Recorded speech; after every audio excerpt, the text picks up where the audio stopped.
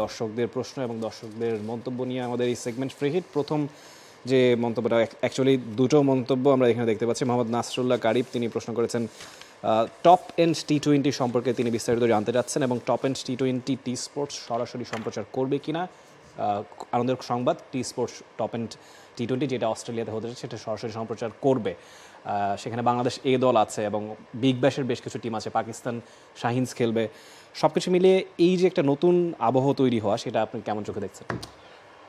Big ব্যাশের দলগুলো যথেষ্ট শক্তিশালী দল এবং যে কোনো দলের সাথে কম্পিট করার সক্ষমতা তাদের আছে। এখন বিগ ব্যাশে যেই দলগুলো খেলে সেই নামে দলগুলো খেলছে টপ এন্ড টি20-তে, তবে প্লেয়াররা সবাই অ্যাভেলেবেল কিনা সেটা একটা বড় প্রশ্ন। তারপরও বাংলাদেশ দলের জন্য বা পাকিস্তান শাহিনসের জন্য এটা অনেক বড় একটা অপরচুনিটি, কারণ এইচপি দলে যারা খেলে থাকেন তারা এই ধরনের ফোকাস বা লাইমলাইট কিন্তু পান না। এবং এই সিরিজটা বা এই টুর্নামেন্টটা অনেক বেশি জমজমাট হতে যাচ্ছে, সে ধরনের ফটো সেশন আমরা দেখেছি এবং কম্পিটিটিভ ক্রিকেট হতে যাচ্ছে। সে কারণেই কিন্তু টি স্পোর্টস এই সিরিজটা আসলে সম্প্রচার করার সিদ্ধান্ত নিয়েছে। সঠিক প্যাড আর সঠিক তথ্য দিয়ে কেশু সামলে নিব এক হয়ে। Monalisa sanitary napkin. পরের কমেন্টসটা, বাংলা টাইগার্সের যে কম্বিনেশন তাতে আশা করা যায় শিরোপা তাদের ঘরেই উঠছে।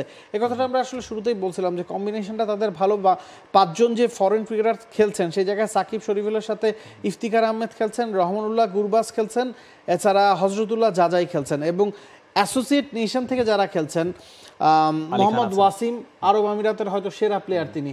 আমরা যদি ইউএসের কথা বলি সেখান থেকে আলী খান খেলছেন, তিনি হয়তো আমেরিকা থেকে একমাত্র ক্রিকেটার যিনি আইপিএলের সুযোগ পেয়েছেন বা সিপিএলটা নিয়মিত খেলছেন। তো এই দলটাতে যথেষ্ট ব্যালেন্স আছে, ব্যাটিংয়ের সাথে বোলিংয়ের ব্যালেন্স আছে। স্পিনিং ডিপার্টমেন্টে দেখা যাচ্ছে সাকিবের সাথে ইফতিখার আহমেদ হাত ঘোরাচ্ছেন, পেস ডিপার্টমেন্টও শরীফুলের সাথে আলী খান আছেন। সব মিলিয়ে নিশ্চিতভাবেই শিরোপার আশা এই দলটা করতেই পারে।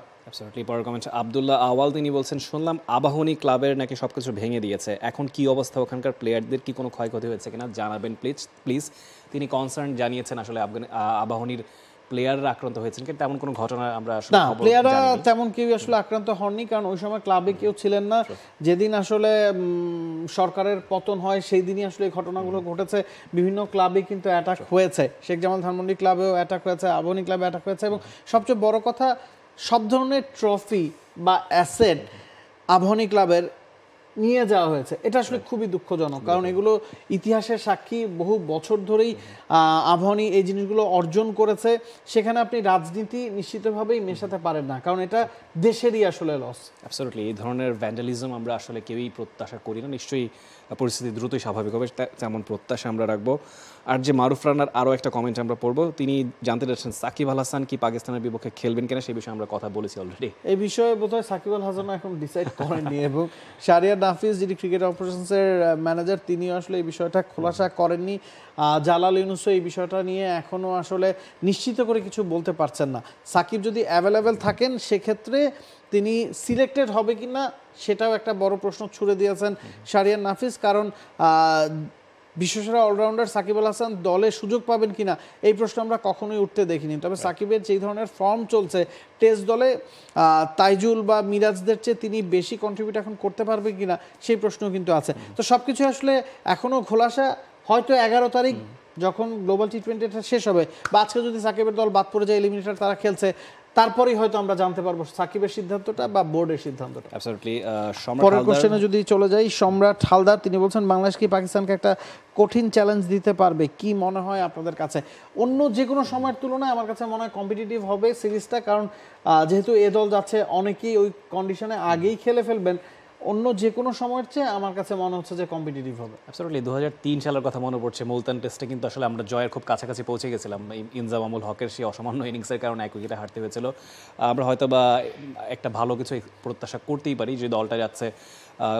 ক্যাপাবিলিটি ওয়াইজ তো আসলে খুব বেশি ডাউট নেই, এটাই তো বাংলাদেশের বেস্ট টিম। এখন পাকিস্তানে খেলা সম্ভবত রাওয়ালপিন্ডি এবং করাচিতে উইকেটটা খুব বেশি ভাইটাল।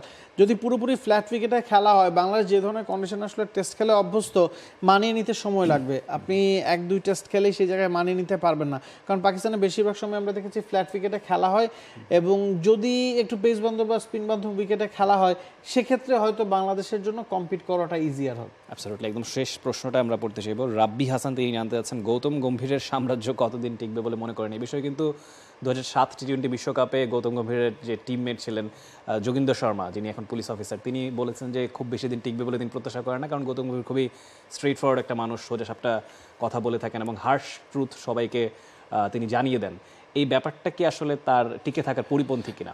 এখন এই কাজটা তিনি কোথায় করেছেন? লখনউ সুপার জায়ান্টসের হয়ে তিনি যখন মেন্টরের দায়িত্ব পালন করেছেন, দুবারই Lucknow super giants play of খেলেছে। আইপিএল এর মতো একটা ইভেন্টে 10 দলের টুর্নামেন্টে 4টা দল প্লে অফ খেলে, দুবারই Lucknow super giants play of খেলেছে, মানে ওই জায়গাতে তিনি সফল। কলকাতাতে মানে তৃতীয় বছরটাতে তিনি কলকাতা নাইট রাইডার্সের হয়ে কামব্যাক করলেন এবং দলকে শিরোপা জেতালেন। তার ট্র্যাক রেকর্ড অসাধারণ, কিন্তু ফ্র্যাঞ্চাইজি ক্রিকেট এবং দেশের ক্রিকেট নিশ্চিতভাবেই এক বিষয় না। এখন ভারত, পাকিস্তান, বাংলাদেশে আপনি এই ধরনের ঠোটকাটা জবাব দিয়ে সব জায়গাতে বা এতটা স্ট্রেট ফরওয়ার্ড হয়ে কতদিন টিকতে পারবেন, সেই প্রশ্নটাই তো যোগেন্দ্র শর্মা তুলেছেন। আমার কাছে মনে হয় মানে যথার্থ একটা প্রশ্ন তিনি তুলেছেন এবং দেখা যাক, মাত্রই তো আসলে শুরু। তবে এই ইন্ডিয়া টিম খুব বেশি খারাপ ফর্মে থাকবে এমনটা মনে করলে আপনি ভুলই হয়তো করবেন, কারণ এই ইন্ডিয়ান টিমটা যথেষ্ট শক্তিশালী, ব্যালেন্সড একটা টিম, যেখানে ইউথের সাথে এক্সপিরিয়েন্স ক্রিকেটারদের ভারসাম্য আছে। তো ইন্ডিয়া টিমের জন্য এই সিরিজটা হয়তো খারাপ গেছে। টি20 সিরিজটাই কিন্তু তারা 3-0 ব্যবধানে জিতেছে, সেখানেও একটা টাইম ছিল। ওয়ানডে সিরিজটা তারা হেরেছে এবং আমরা মূল সাথে আসলে আলোচনা করছিলাম যে ধরনের পিচে খেলা হয়েছে টি20 ফরম্যাটে, যেখানে একটা ইউজ পিচে 20 ওভার প্রথম দলটা ব্যাটিং করার পরের 20 ওভারে আপনাকে রানটা চেস করতে হয়, সেই তুলনায় 50 ওভারের ক্রিকেটে কলম্বোর যেই উইকেটে খেলা হয়েছে 50 ওভার যখন শ্রীলঙ্কা ব্যাটিং করেছে, পিচটা খুব বেশি আসলে ভেঙে গিয়েছিল। সে কারণেও 3 ম্যাচের সিরিজে 3টা ম্যাচেই টস হারাটাও আসলে ইন্ডিয়ার জন্য অনেক বেশি কাল হয়েছে। For more updates, subscribe to our YouTube channel and click on the bell icon. Follow us on Facebook and Instagram. Download T-Sports app to enjoy exciting games and highlights. Visit tsports.com.